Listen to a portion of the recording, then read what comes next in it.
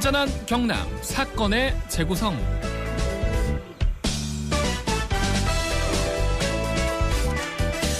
네, 장마가 본격적으로 시작이 됐습니다. 7월은 1년 중 호우특보가 가장 많이 발령되는 시기인데요. 호우로 인한 피해가 극심해지는 때라고 할 수 있습니다. 오늘은 이 호우와 또 산사태 등 우리 안전을 위협하는 이야기 함께 나눠보도록 하겠습니다. 한국재난안전기술원 이사장이자 한양대학교 방재안전공학과 송창영 특임교수와 함께 하겠습니다. 교수님 안녕하십니까? 네, 안녕하세요. 네, 지난주에 비가 꽤나 많이 내렸습니다. 우리 경남 네네. 지역에도. 네, 최근 발령된 호우특보를 보면 1년 중에 그 7월이 가장 많다고요? 네. 먼저 호우란 단시간에 많은 비가 오는 것을 말하는데요. 네. 일반적으로 평균적인 강우보다 많은 비가 올 때 우리가 호우라고 정의하고 있습니다. 네. 태풍이 우리나라로 북상할 경우 고위도의 찬 공기와 부딪혀서 비와 바람의 분포가 불규칙적이고 또 국지적인 그런 강풍과 호우로 나타나는 경우가 많습니다. 네. 2007년부터 지난해까지 약 12년간 발령된 호우특보 누적 건수를 월별로 분석해보면 7월이 1872건으로 연중 최고치를 보였습니다. 네. 아무래도 좀 비가 많이 내리다 보면 그 인명피해라든지 뭐 산사태 뭐 이런 거 일어나지 않습니까? 네. 피해 규모가 커지는 건 당연한 이야기가 아닌가 싶은데, 주로 어떤 피해들이 있었을까요? 우리 정부에서 발표한 최근 10년 동안 태풍이라든가 호우로 인한 그 피해가 연평균 10건 정도로 발생하고 있고요. 네. 인명피해는 약 21명 정도가 되고 재산피해는 약 4,800억 정도 되거든요. 네. 한마디로 야구장 한 두세 개 지을 돈이 매년 비 피해로 사라진다고 보면 되겠습니다. 네. 이러한 그 피해는 주로 주택이 침수되고 또 하천이 범람하며 산사태로 인해서 토사가 흘러내리면서 도로가 통행이 통제되거나 교량이나 교각이 내려앉으면서 생기는 경우가 많습니다. 네. 자, 올여름이 장마가 본격적으로 네. 시작이 됐습니다. 본격적으로 시작이 됐는데 올해는 강수량이 얼마나 될 것으로 지금 예측을 하고 계신가요?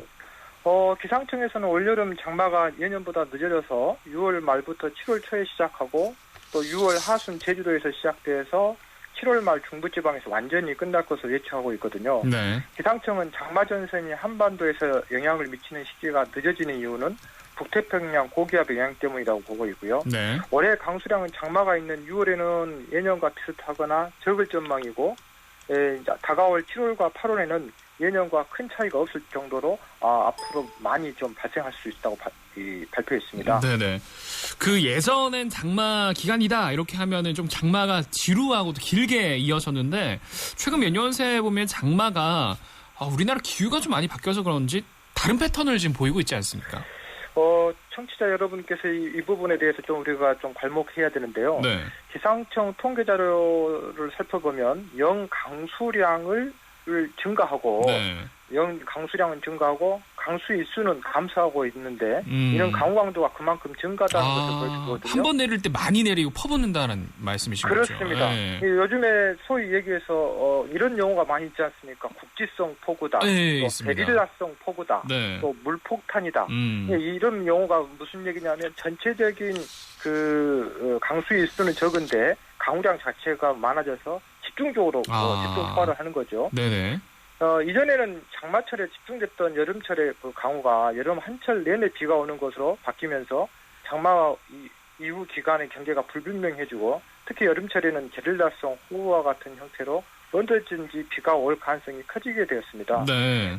쉽게 설명해서 12시간 이내에 80mm 이상의 강수량을 보인 것을 우리가 집중호우라고 하는데 1990년대 이후에 이게 굉장히 많아졌거든요. 네.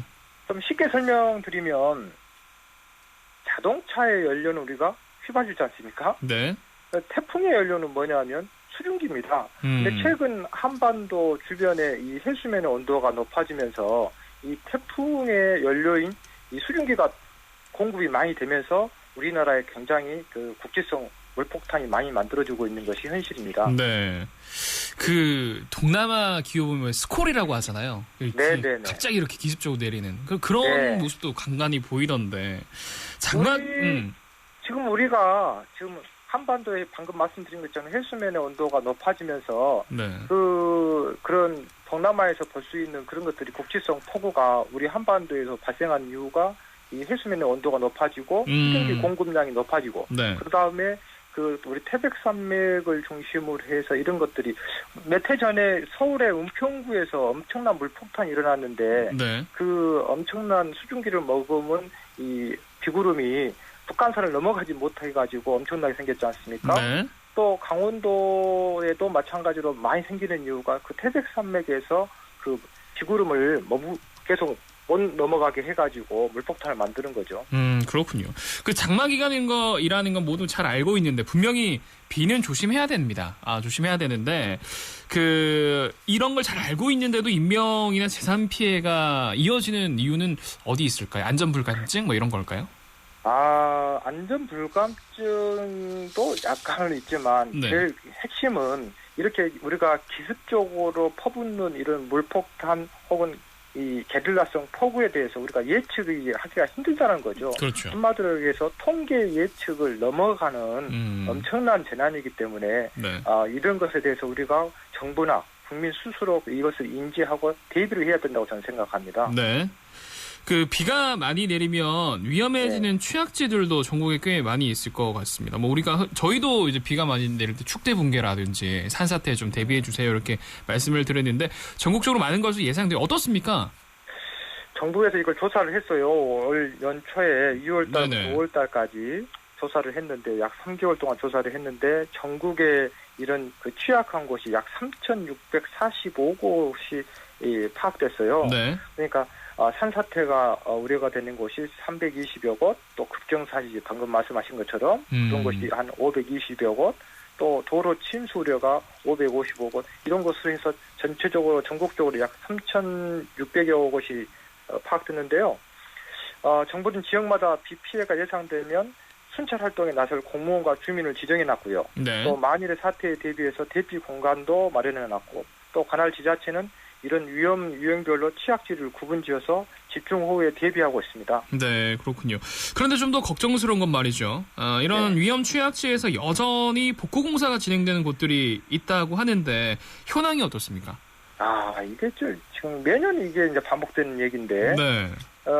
작년에 이제 이런 비 피해로 인해서 하천 폭을 넓히거나 배수 펌프장, 우수 관로 등을 보강하는 것을 소위 수해 복구라고 하는데 네네. 작년에 2,500여 건이 발주했거든요. 네. 현재 근데 2,000여 건이 완료되어 가지고 산술적으로는 복구율은 80%입니다. 결국은 아직 복구가 안 된 곳이 많이 있기 때문에 네. 이런 곳은 마무리가 안 된 상태에서 또다시 수해를 입을 수 있는 개연성이 높은 것이죠.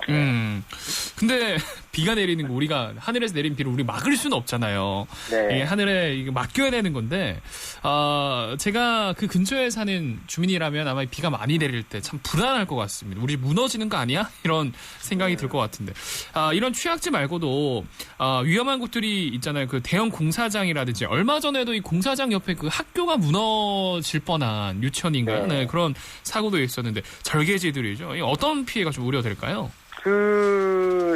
장마나 태풍 등의 영향으로 해서 국지성 폭우가 발생하게 되면 네. 방금 말씀하신 것처럼 공사장이나 산림 절개지 등에서 붕괴가 발생할 수가 있어요.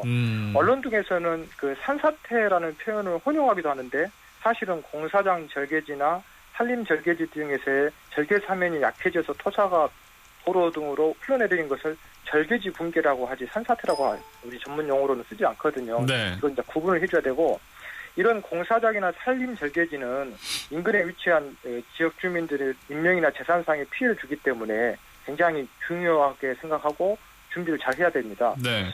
저는 개인적으로 우리 운전자 가족분들이 많이 계시는데 이런 공사장이나 산림 절개지 같은 경우는 가급적이면 피하시고 꼭 지나가셔야 되겠다 하면 주의와 대비를 하시면서 운행하시기를 부탁드립니다. 네. 자, 그렇다면 이런 피해를 좀 막기 위해서 어떻게 대피 요령에 대해서 좀 알려주세요. 방금 말씀드린 것처럼 우리나라는 국토의 약 70%가 산악지형이지 않습니까? 그러다 보니 사업장이나 아파트나 주택이 대부분 절개지 하부에 위치한 경우가 대부분입니다. 그러다 보니까 항상 위험이 상존하고 있는 거죠. 그래서 이런 예방 방법으로는 절개지 공사지의 철저한 집안 조사라든가 또 실태 파악이라든가 위험 요소를 판단해가지고 정밀안전 진단해야 되고요. 또 관련 법규를 매년 찾아서 절개지 붕괴로부터 소중한 인명 및 재산 피해를 막는 것이 중요하겠고요. 네. 개인적으로 이런 위험에 생존하는 팁을 하나 드린다면 이것은 모든 재난에 해당되는 것인데요. 손자병법에도 나와 있어요. 36개란 말 들어보셨죠? 그렇죠. 재난 현장으로부터 벗어나라. 그러니까 가능하면 이런 호우 때는 이런 절개지라든가 산사태 우려가 있는 곳에서는 가능하면 가지 않는 것이 제일 맞습니다. 좋은 방법이다. 이렇게 볼 수 있겠습니다. 맞습니다. 자, 이제 마지막으로 정리를 해야 되는데 마지막으로 한 말씀 부탁드리겠습니다. 매년 이 장마철이 반복되고 있거든요. 네. 이 대부분의 자연재난은 사전에 우리에게 미리 경고를 줍니다. 사실은 특정한 소리나 균열, 처짐, 기울어짐, 또 어떤 냄새 같은 것으로 인해서 우리가 그런 정보를 할 수가 있거든요. 네. 그래서 국민 여러분은 TV나 라디오, 인터넷 등을 통해서 기상 변화와 정보를 사전에 숙지하고 재난 발생 시 피난 가능한 장소나 또 이웃 가족 간의 연락 방법 및 대피 방법 등을 숙지해야 됩니다. 이러한 정보는 우리 행정안전부 홈페이지에 잘 나와 있거든요. 네. 국민행동요령으로 이렇게 해주시고요. 특히 이 자연재난은 굉장히 한 번 생기면 엄청난 복구할 수 없이 피해를 많이 주기 때문에 국가와 국민 모두가 심각성을 인지하고 관심을 기울여야 할 것입니다. 네, 맞습니다. 자, 앞으로도 비가 내릴 날이 많이 있겠는데요. 우리 미리미리 좀 점검을 해보는 그런 시간 만들어봤으면 좋겠습니다. 자, 오늘 말씀 여기까지 듣겠습니다. 고맙습니다. 네, 감사합니다. 네, 지금까지 한국재난안전기술원 이사장이자 한양대학교 방재안전공학과 송창영 특임교수와 함께했습니다.